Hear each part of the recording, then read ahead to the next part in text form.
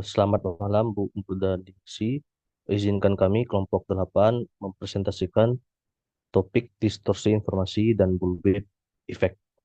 Oke, selanjutnya langsung aja Mas, langsung ke topik pertama. Topik pertama, pengertian dan konsep dasar dari bullwhip effect. Oke, bullwhip effect adalah fenomena rantai pasok yang menggambarkan bagaimana fluktuasi kecil dapat mengakibatkan fluktuasi permintaan yang semakin besar di tingkat grosir, distributor, produsen, dan pemasok bahan baku. Oke, selanjutnya,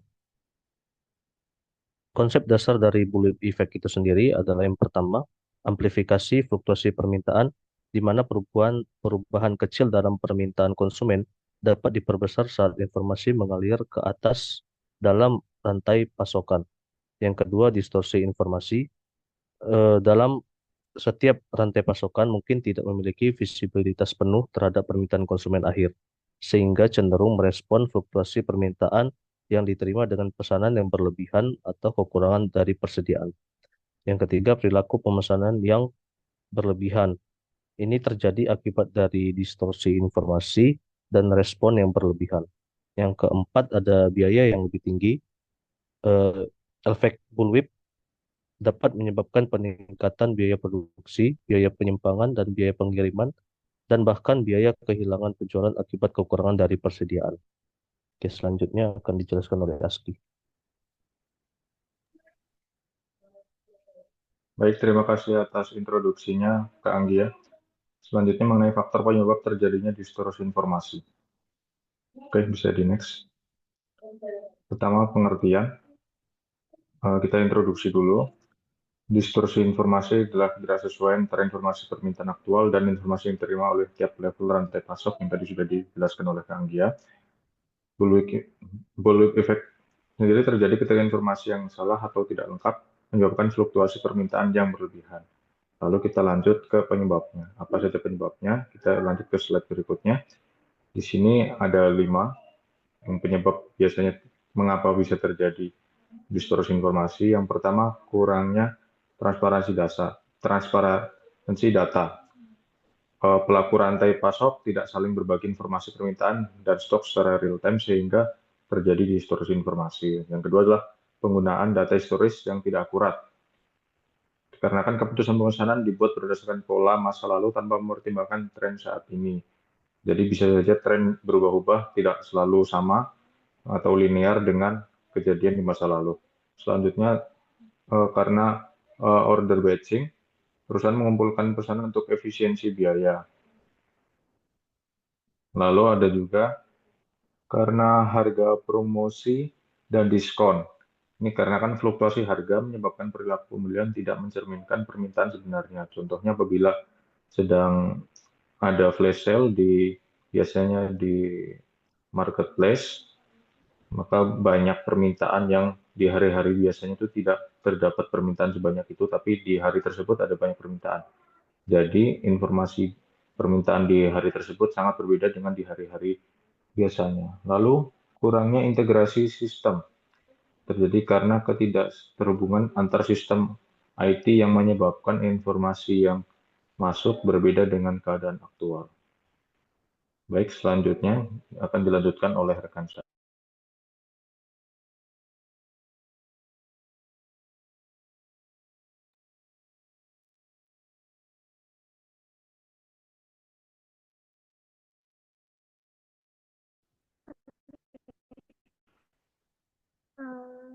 Dampak.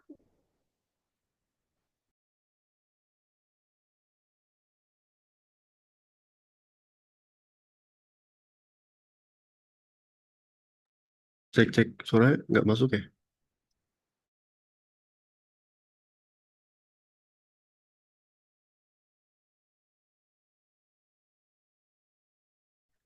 Masuk bentar di habis itu kayaknya hilang lagi.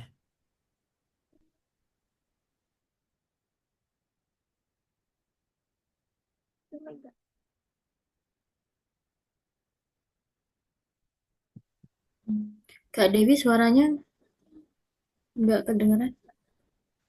Halo. kedengeran nggak? Aduh, sorry banget ya semuanya. Masuk Udah. suaranya. Nggak apa-apa, lanjut aja. Udah. Hmm. Sorry banget ya semuanya. Nggak apa-apa, lanjut aja menurut.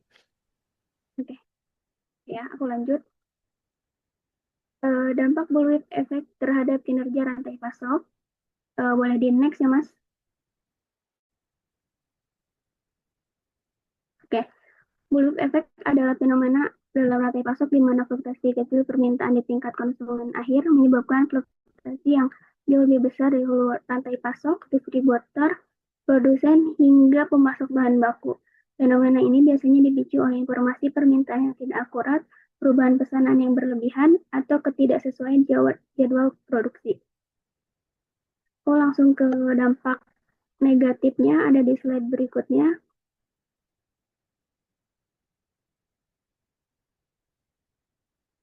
Untuk dampak negatifnya pertama itu ada di peningkatan biaya inventory ya, di mana perusahaan di sepanjang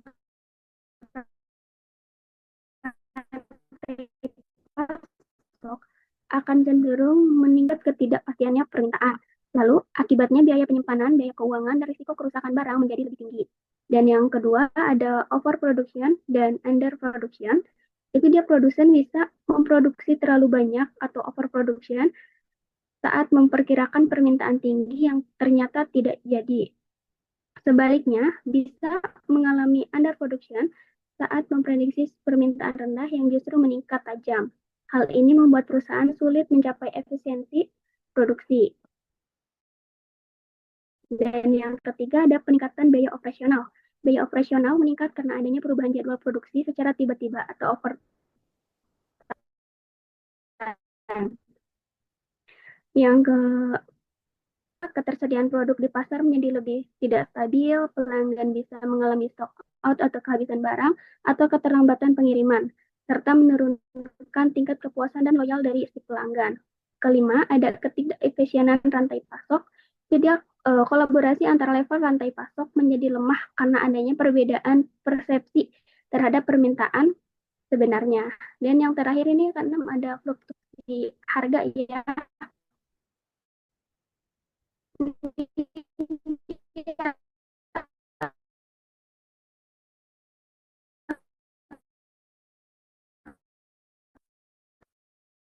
Akibat ketidakseimbangan.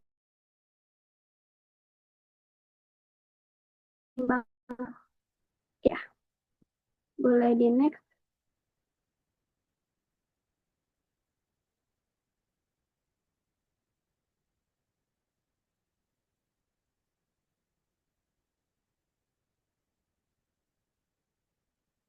Nah, ini ilustrasinya ya. Misalkan konsumen membeli 100 unit barang, retailer memesan 120 unit ke distributor karena takut kehabisan stok. Distributor kemudian memesan 150 unit ke produsen untuk antisipasi permintaan ke depan. Produsen pesan 200 unit bahan baku ke supplier, padahal permintaan realnya hanya 100 unit. Dan ini bakal menyebabkan overstock atau biaya tinggi dan potensi barang rusak. Itu untuk dampak negatifnya.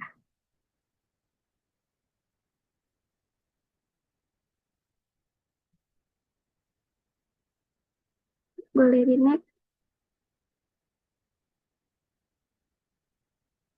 Nah, adapun solusi untuk mengurangi dampak bullwhip effect ini adalah berbagi data permintaan secara real time antar anggota rantai pasok, menggunakan sistem informasi terintegrasi, dan melakukan perencanaan kolaboratif, dan menetapkan kebijakan pemesan dan persediaan yang rasional, serta mengurangi lead time dan batch order. Di next. Bisa Baik, terima dilanjut. kasih. Terima kasih Mbak Dewi Sinta. Di sini saya akan menjelaskan mengenai peran teknologi informasi dalam mengurangi distorsi informasi. Bisa di next, Mas? Baik, yang pertama adalah Internet of Things, di mana menggunakan data real time untuk mendeteksi anomali. Jadi, penggunaan internet untuk mengatasi distorsi informasi adalah pengecekan secara real time atau langsung. Jadi, tidak ada gap waktu antara pembuatan atau adanya isu dan juga pengecekan secara langsung. Dan yang kedua, artificial intelligence, yaitu untuk mendeteksi dan mengurangi informasi yang tidak akurat. Nah, dan ini artificial intelligence ini menggunakan algoritma-algoritma khusus yang digunakan untuk mendeteksi data-data yang bisa disinyalir sebagai eh, sebuah anomali atau bahkan sebuah isu yang tidak benar sehingga bisa memisahkan data tersebut dari eh, data yang seharusnya digunakan atau sebagai cleansing seperti itu. Dan yang ketiga adalah blockchain, yaitu menyediakan sistem yang transparan dan tidak dapat diubah untuk memastikan integritas informasi.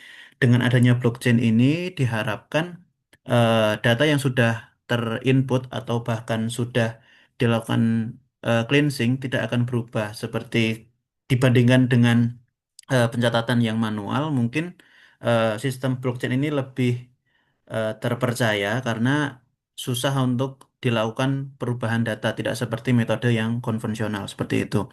Untuk yang keempat adalah big data analysis, di mana digunakan untuk menganalisa tren dan pola untuk mengurangi distorsi.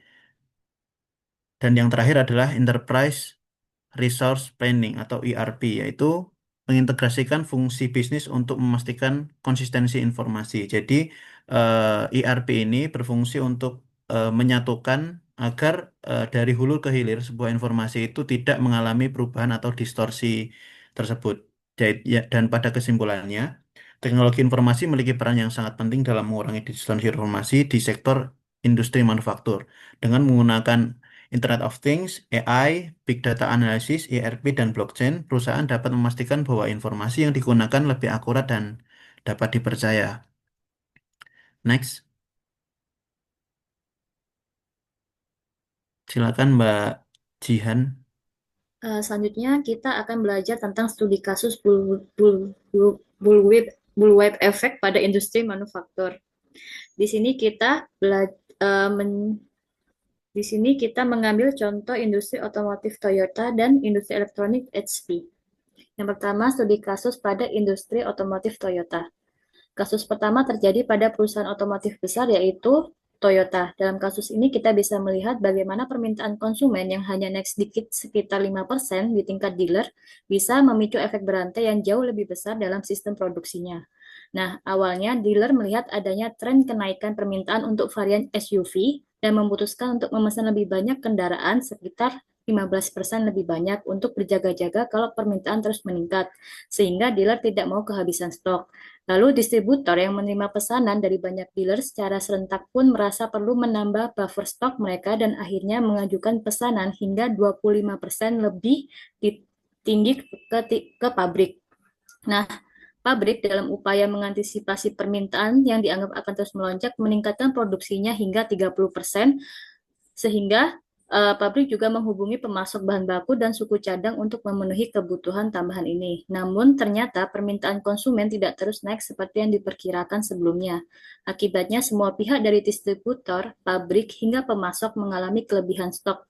Biaya penyimpanan naik sehingga produksi terpaksa dihentikan sementara dan terjadi inefisiensi di seluruh rantai pasok. Ini adalah contoh nyata bagaimana keputusan yang dilakukan tanpa data aktual dari pasar bisa menimbulkan efek bullwhip. Next. Nah, dari analisis kasus dari mobil Toyota ini, pertama, tidak adanya sistem informasi yang terintegrasi antara dealer, distributor, dan produsen. Masing-masing pihak membuat keputusan berdasarkan asumsi mereka masing-masing, bukan berdasarkan data permintaan konsumen secara real time. Yang kedua, adanya ketakutan kekurangan stok atau stock out yang mendorong dealer melakukan overorder, distributor dan pabrik ikut bereaksi berlebihan terhadap sinyal permintaan. Lalu tidak adanya koordinasi antar bagian rantai pasok untuk menyamakan pemahaman terhadap tren permintaan. Dampaknya sangat jelas yaitu adanya overproduction atau pemborosan biaya logistik dan inventaris. Lalu delay dalam penyesuaian produksi saat permintaan real berubah. Next. Kasus selanjutnya yaitu kita bisa mengambil dari contoh industri elektronik HP printer. Dalam kasus kedua ini, menjelang musim liburan, retailer di Eropa memperkirakan akan ada lonjakan permintaan dari konsumen karena takut kehabisan stok.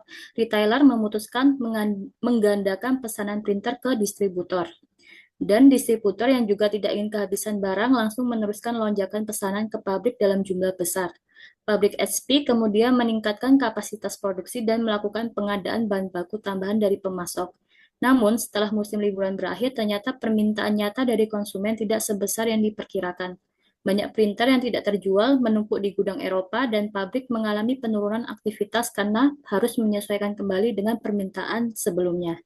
Ini adalah salah satu contoh paling sering yang dikutip dalam studi supply chain, menggambarkan bagaimana kesalahan dalam membaca permintaan dapat berdampak global. Selanjutnya, dari kasus HP tersebut dapat kita analisis bahwa dalam sistem rantai pasok global HP ada banyak lapisan. Yang pertama retailer, distributor, pusat logistik, pabrik, dan pemasok bahan baku yang membuat keputusan mereka sendiri-sendiri tanpa data permintaan aktual yang dibagikan secara terbuka. Selain itu, lead time atau waktu tunggu produksi dan distribusi internasional yang panjang membuat mereka cenderung melakukan pemesanan dalam jumlah besar sekaligus sebagai bentuk antisipasi. Masalahnya, keputusan tersebut berbasis spekulasi bukan data real dari konsumen. Dampaknya, yaitu HP harus menanggung biaya penyimpanan besar bahkan sampai memberikan diskon besar-besaran untuk menghabiskan stok yang menumpuk. Next.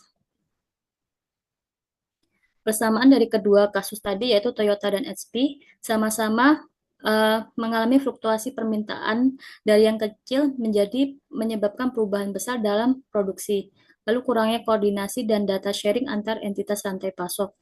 Solusi untuk kedua kasus tersebut yaitu harus diimplementasikan sistem informasi berbasis permintaan yang aktual, adanya sistem CPFR yaitu Collaborative Planning, Forecasting, and Replenishment, lalu ada pengurangan lead time dan perbaikan komunikasi lintas rantai pasok. Selanjutnya akan dijelaskan oleh Kak Dimas Maulana. Oke, mohon izin melanjutkan terkait dengan strategi kolaborasi dan koordinasi untuk meminimalkan bullwhip effect. Untuk meminimalkan bullwhip effect, strategi kolaborasi dan koordinasi sangat penting untuk dilakukan. Adapun beberapa strategi utamanya yaitu yang pertama, information sharing atau berbagi informasi. Kunci utama untuk mengatasi bullwhip effect adalah meningkatkan transparansi dan berbagi informasi secara real time di seluruh rantai pasok. Yang pertama yaitu data point of sale pos aktual, yaitu pengecer harus berbagi data penjualan aktual mereka secara langsung dengan distributor, produsen, dan bahkan pemasok bahan baku. Yang kedua, sistem ERP yang terintegrasi. Yang ketiga, visibilitas inventaris. Dan yang keempat, protokol komunikasi formal. Untuk strategi yang kedua yaitu perencanaan dan perakiraan kolaboratif, yang mana di sini kita membangun proses perencanaan dan perakiraan yang kolaboratif adalah fundamental untuk menyelaraskan harapan dan mengurangi ketidakpastian. Pertama yaitu dengan cara collaborative planning, forecasting, and replenishment. Ini adalah pendekatan di mana mitra rantai pasok bekerja sama untuk membuat perencanaan, perakiraan, dan jadwal pengisian ulang yang terkoordinasi. Yang kedua, konsensus forecasting, yang mana seluruh pihak dalam rantai pasok, termasuk penjualan, pemasaran, dan operasi, berkolaborasi untuk mencapai satu perakiraan permintaan yang disepakati secara bersama. Yang ketiga yaitu mengadakan SNOP atau Sales and Operation Planning secara reguler. Untuk strategi yang ketiga yaitu mengurangi lead time dengan cara sourcing lokal, memilih pemasok yang berlokasi lebih dekat, dapat secara signifikan mengurangi waktu transit. Yang kedua, prinsip lean manufacturing, yaitu menerapkan prinsip-prinsip lean manufacturing dapat mengurangi waktu siklus produksi dan pengiriman. Yang ketiga yaitu mengoptimalisasi rute transportasi. Dan yang keempat, strategi postpone, atau menerapkan strategi postpone atau penundaan diferensiasi produk yang memungkinkan produk disesuaikan dengan permintaan akhir sedekat mungkin dengan titik penjualan. Untuk strategi keempat, yaitu manajemen inventaris yang efisien. Strategi manajemen inventaris yang terkoordinasi dapat menstabilkan aliran barang. Yang pertama yaitu VMI atau Vendor Managed Inventory. Dalam model VMI, pemasok bertanggung jawab untuk mengelola dan mengisi ulang inventaris pelanggan mereka, yang mana pemasok memiliki visibilitas data penjualan dan inventaris secara real-time pelanggan, yang memungkinkan mereka untuk mengoptimalkan pengiriman dan mempertahankan tingkat stok yang tepat. Yang kedua yaitu optimasi kuantitas pesanan. Yang ketiga, penyangga stok yang tepat, atau menentukan tingkat safety stock yang tepat berdasarkan menentukan tingkat safety stock yang tepat berdasarkan variabilitas permintaan dan lead time. Untuk strategi yang kelima, yaitu strategi penetapan harga yang stabil. Dengan cara menerapkan strategi harga rendah setiap hari, dapat menstabilkan permintaan dan mengurangi kebutuhan pelanggan untuk menimbun barang saat ada promosi, yaitu Everyday Low Pricing atau EDLP. Yang kedua, perencanaan promosi kolaboratif, yaitu merencanakan promosi penjualan secara kolaboratif dengan mitra rantai pasok. Untuk strategi yang terakhir yaitu pemanfaatan teknologi. Yang pertama ada analitik tingkat lanjut dan AI. Yang kedua IoT dan teknologi RFID. Dan yang ketiga adalah blockchain. Selanjutnya akan dijelaskan oleh siapa ya? Siapalah itu. Terima kasih. Baik, izin melanjutkan terkait pengaruh kebijakan pemesanan dan kebijakan persediaan terhadap bullwhip effect.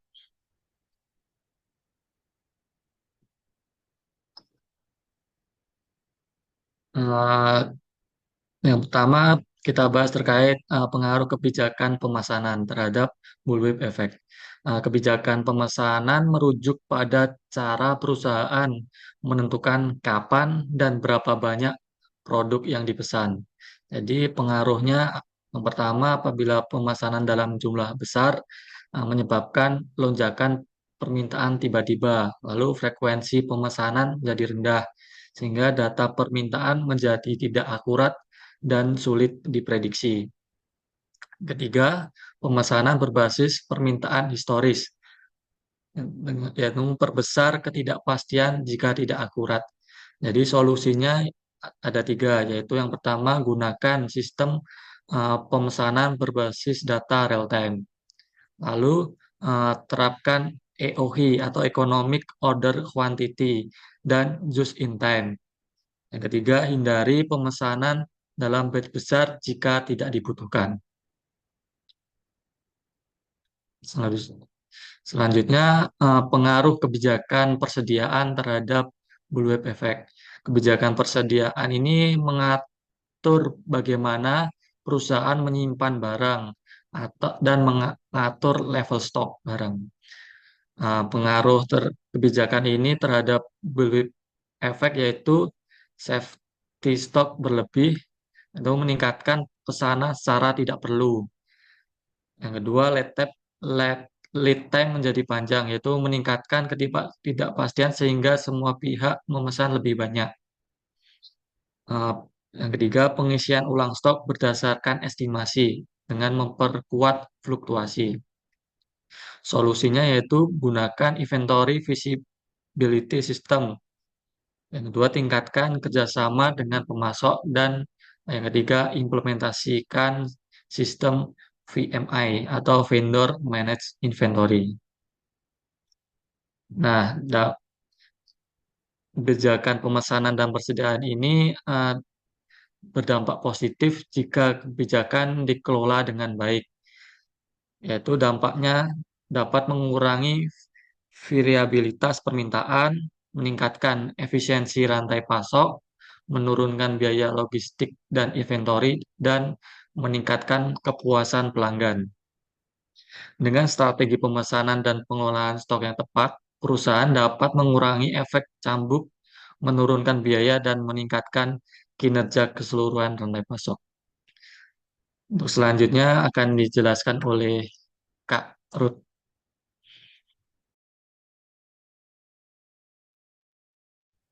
Selanjutnya, peran perilaku manusia dan organisasi dalam bullwhip effect.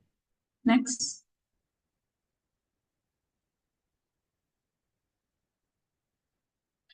Yang pertama, faktor perilaku manusia yang memicu bullwhip effect.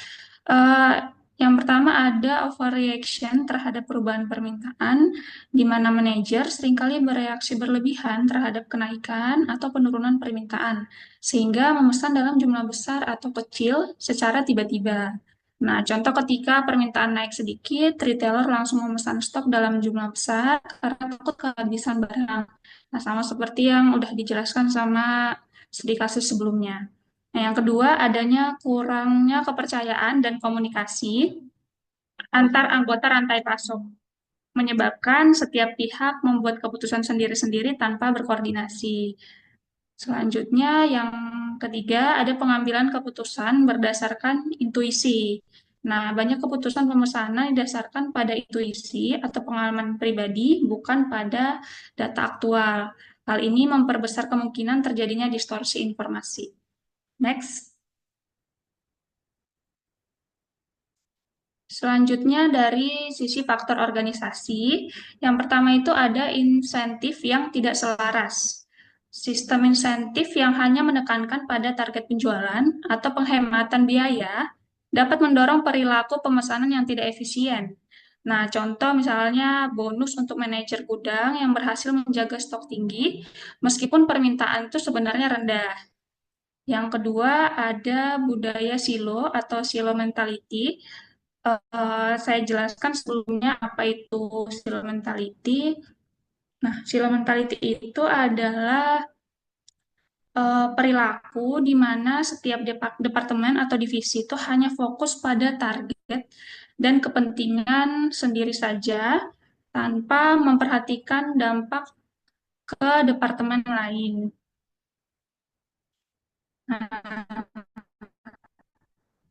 Nah, hal ini tentu akan sangat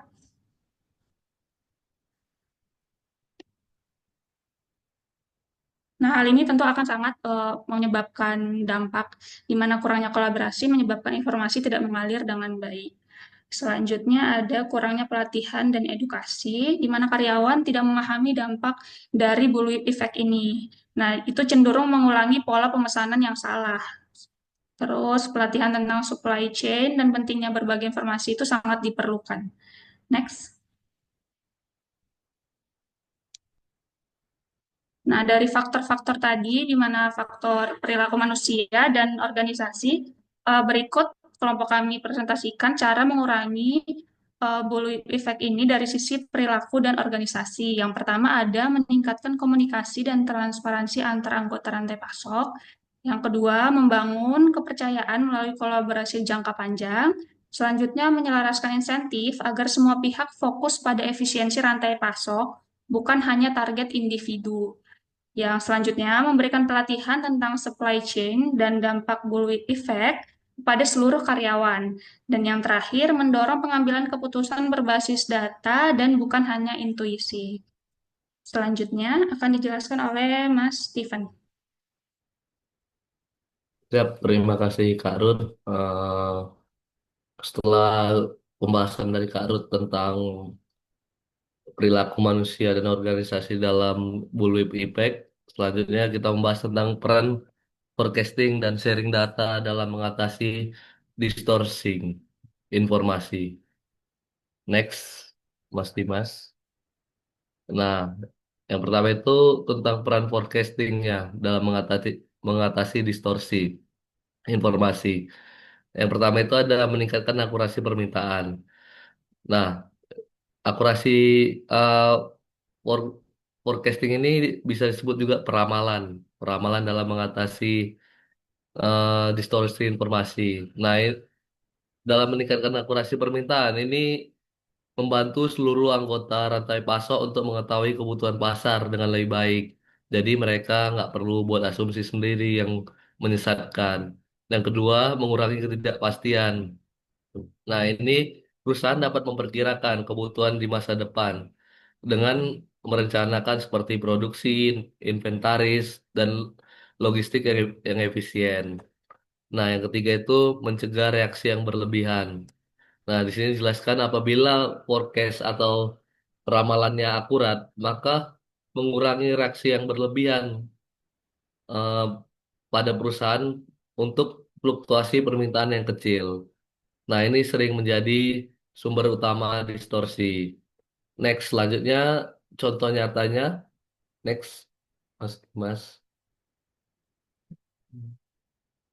Nah, contoh nyatanya bisa kita lihat di sini.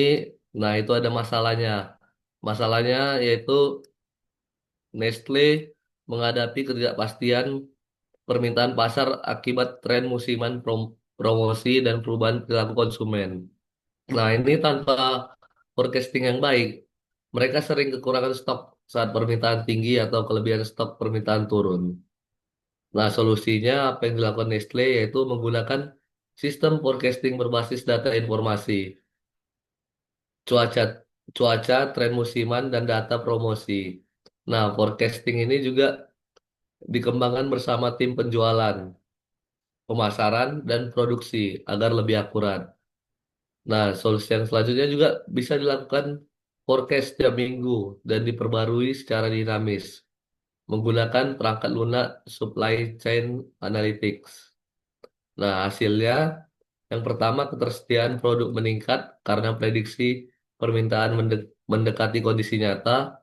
Yang kedua, pengurangan biaya penyimpanan karena tidak perlu menumpuk stok yang tidak laku.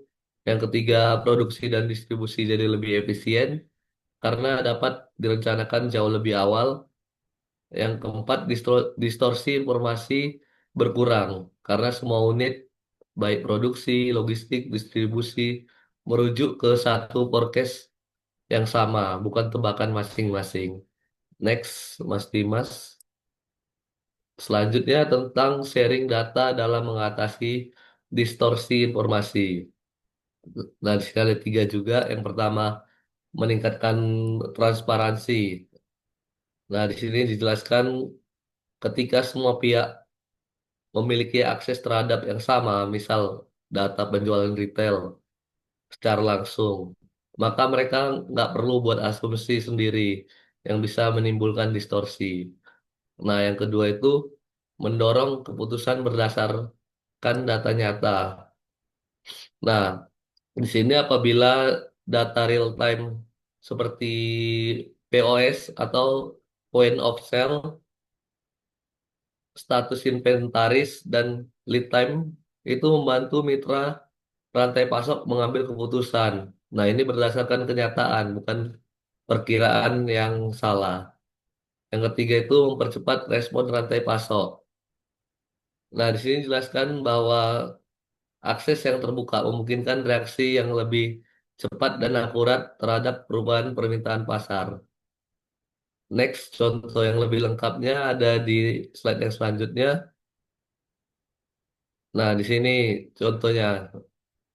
Yang pertama itu masalahnya. Masalahnya itu tentang komponen seperti motherboard, RAM, dan hard disk harus dipesan jauh hari. Nah, ketika Dell menyimpan data permintaan sendiri tanpa berbagi ke pemasok, pemasok kesulitan memprediksi kebutuhan yang sebenarnya. Nah, ini akibatnya pemasok sering mengalami overstock atau juga bisa mengalami understock. Nah, ini memperlambat produksi Dell. Nah, solusi yang dilakukan Dell adalah mengembangkan sistem berbagi data langsung ke pemasok, termasuk data penjualan aktual, real time, jadwal produksi Dell, dan forecast permintaan mingguan dan bulanan. Nah, hasilnya apa? Yaitu pemasok bisa merencanakan produksi dan pengiriman secara lebih presisi. Komponen dikirim tepat waktu dan dalam jumlah sesuai kebutuhan nyata. Nah, dan Dell bisa mempertahankan model build to order, yaitu pesan dulu, lalu rakit kemudian. Karena suplai komponen sangat responsif. Nah, yang terakhir itu hasilnya distorsi informasi menurun drastis karena tidak ada lagi asumsi dari pemasok, semuanya berdasarkan data nyata dari Dell. Demikian yang bisa saya sampaikan. Selanjutnya disampaikan oleh Mas Janviko. Baik, terima kasih. Selanjutnya terkait best practice dan inovasi terkini dalam mengelola bullwhip effect di supply chain modern. Selanjutnya, Mas. Tadi sudah dijelaskan mengenai pengertian dari bullwhip effect, kemudian penyebabnya apa. Selanjutnya, Mas.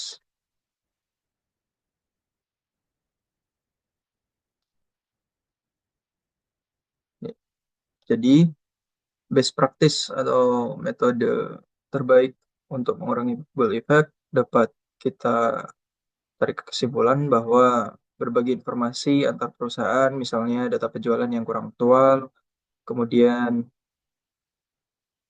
dengan cara peramalan yang lebih akurat dan kolaboratif, kemudian bisa juga dengan mempercepat lead time, misal dengan otomasi, kemudian dengan menghindari pemesanan besar-besaran secara sekaligus. Kemudian best practice selanjutnya ada mendesain ulang jaringan distribusi agar distribusi lebih efisien. Selanjutnya, Mas. Dari best practice tersebut dapat diimplementasikan dengan inovasi terkini dalam mengelola bullwhip effect. Yang pertama tadi sudah dijelaskan terkait teknologi informasi of things IoT, di mana sensor real time pada gudang dan armada logistik dapat diterapkan, kemudian monitoring permintaan dan inventari secara langsung. Kemudian bisa juga dengan deteksi dini fluktuasi permintaan.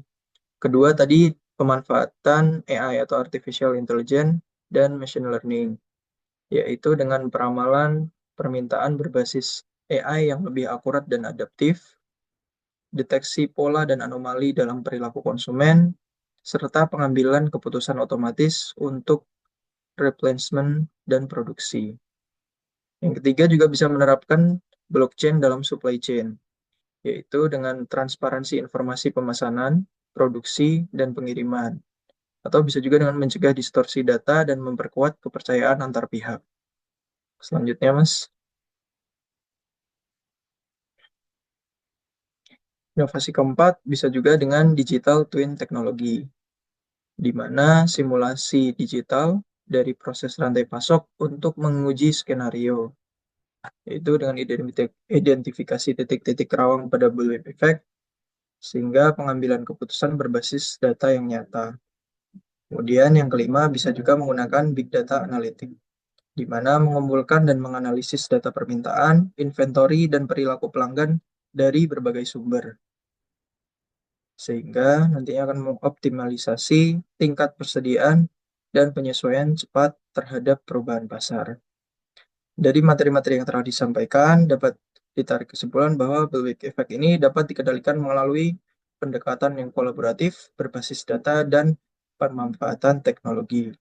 Perusahaan yang berhasil mengurangi bullwhip effect akan memperoleh keunggulan kompetitif berupa efisiensi biaya, peningkatan layanan pelanggan, dan kestabilan operasional.